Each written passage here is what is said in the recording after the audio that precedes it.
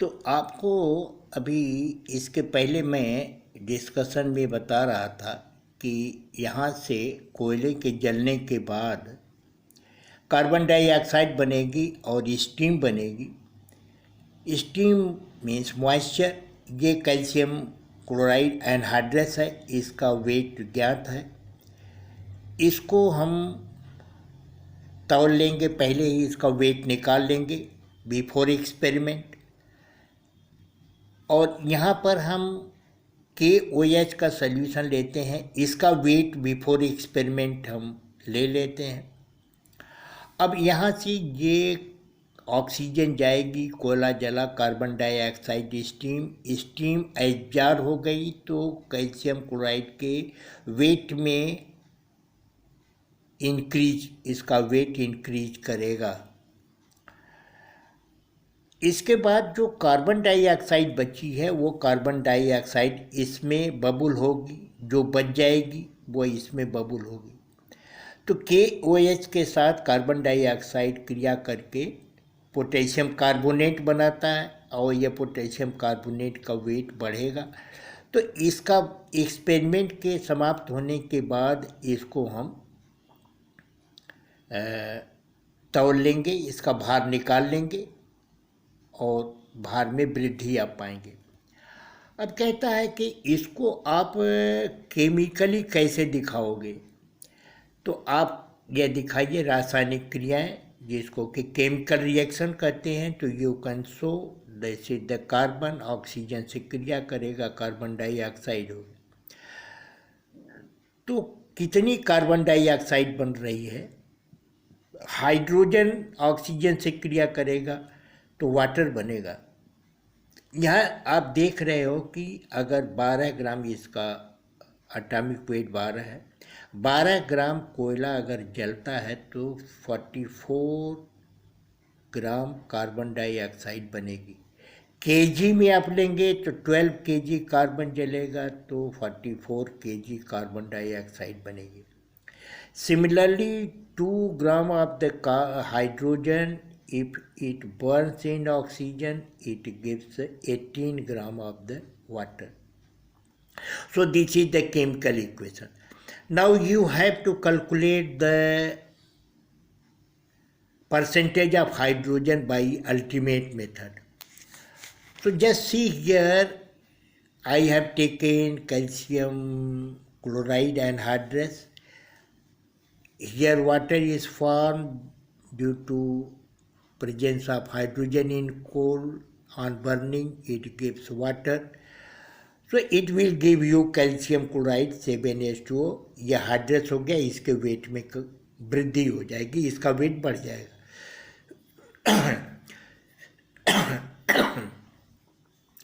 अब कहता है परसेंटेज ऑफ हाइड्रोजन कैसे निकालेंगे? Increase in weight of the calcium chloride and weight of the calcium coal sample. यहाँ पर आपने कितना कोल लिया है इसकी मात्रा हमें मालूम है।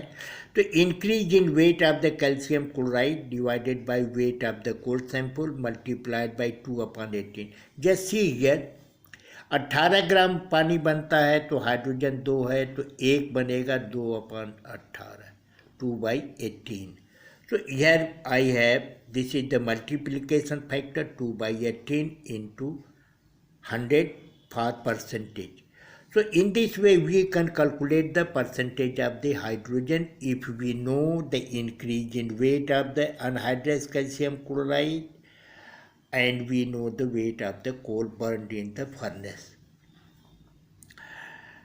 Now come to the determination of percentage of the carbon. Just see here, 12 gram of the carbon, it gives 44 grams of carbon dioxide after combustion. So 44 gram of the carbon dioxide is obtained from 12 gram of the carbon, since 1 gram of the carbon dioxide will be obtained from 12/44. This is the multiplication factor. So here you can write the percentage of the carbon increase in weight of the KOH. I have told you that carbon dioxide is absorbed in the KOH solution forming potassium carbonate. इसका भार बढ़ जाएगा. तो ये कह रहा है कि increase in weight of the KOH divided by weight of the coal multiplied by 12/44 into 100. So in this way you can calculate the percentage of hydrogen and carbon. Now second thing which is very important to determine the percentage of the nitrogen by Geldahl method. Kjeldahl method आप intermediate में पढ़े होंगे, अगर नहीं भी पढ़े हैं कोई बात नहीं है. तो फर्स्ट ऑफ ऑल एक हम फ्लास्क लेते हैं, इसको ये ट्राईपॉट है, इस पे रखते हैं. इसके अंदर हम कोल का पाउडर, एक known weight of the coal लेंगे, कंसनट्रेट सल्फ्यूरिक एसिड मिलाएंगे. इसमें कैटलिस्ट के रूप में कॉपर सल्फेट और पोटेशियम सल्फेट मिला देते हैं. तो कोल हो गया, कंसनट्रेट सल्फ्यूरिक एसिड हो गई और कैटलिस्ट कॉपर सल्फेट और पोटेशियम सल्फेट हो गया. इसको हीट करते हो.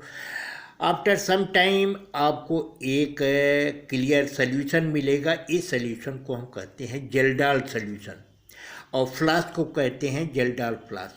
इसमें से आप जो क्लियर सॉल्यूशन बना, जेल्डाल सॉल्यूशन बना, इस सॉल्यूशन को आप ट्रांसफ़र करो एक अनदर फ्लास्क में.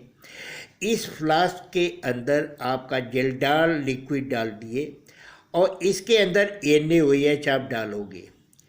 NaOH डालने के बाद जो क्रिया होती है उस क्रिया के परिणाम स्वरूप अमोनिया गैस निकलती है. तो एक्चुअली यहाँ पर क्या बनता है, अमोनियम सल्फेट बनता है.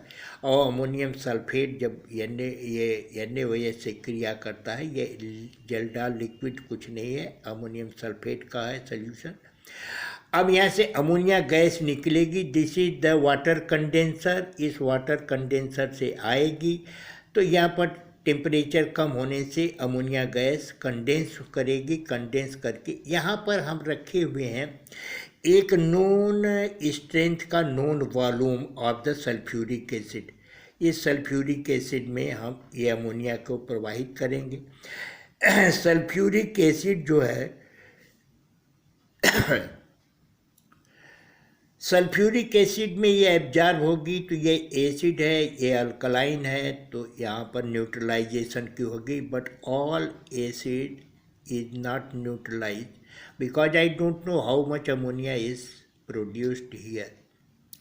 सो in this way this is the very simple experimental determination by the Geldahl method. Now we shall discuss about how to calculate the percentage of the. तो मैंने आपको ये बताया कि ये न्यूमेरिकल प्रॉब्लम है. इस न्यूमेरिकल प्रॉब्लम को जैसे कि यहाँ पर आप देख रहे हो कि परसेंटेज ऑफ नाइट्रोजन निकालने के लिए हमने एक फार्मूला की बात किया है. This is the formula 0.1. ये 0.1 है. अगर नहीं है, एक समान दोनों की स्ट्रेंथ नहीं है, तो N1 V1 N2 V2 लिखेंगे.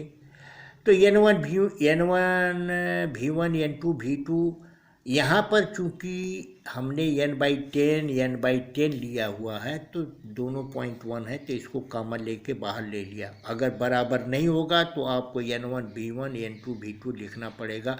N1 is the strength of the sulphuric acid, N2 is the strength of the alkali used.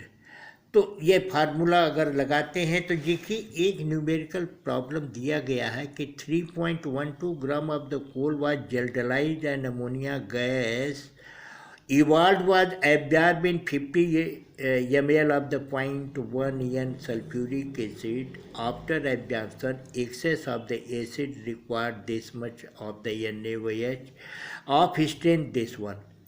तो तो हमको स्ट्रेंथ NaOH की मालूम है और ये N2 है, ये V1 है, सल्फ्यूरिक एसिड का 0.1 है, इसका भी 0.1 है, बाहर 0.1 ले लिया। V1 is the volume of the sulfuric acid given, mass of the coal is given, volume of the NaOH is given. So substituting all these in this equation, you will get percentage of the nitrogen 1.682%. So this is the very simple numerical, and simply you put the values in this equation. So this is all about the determination of percentage of carbon, hydrogen and nitrogen by ultimate vidhi.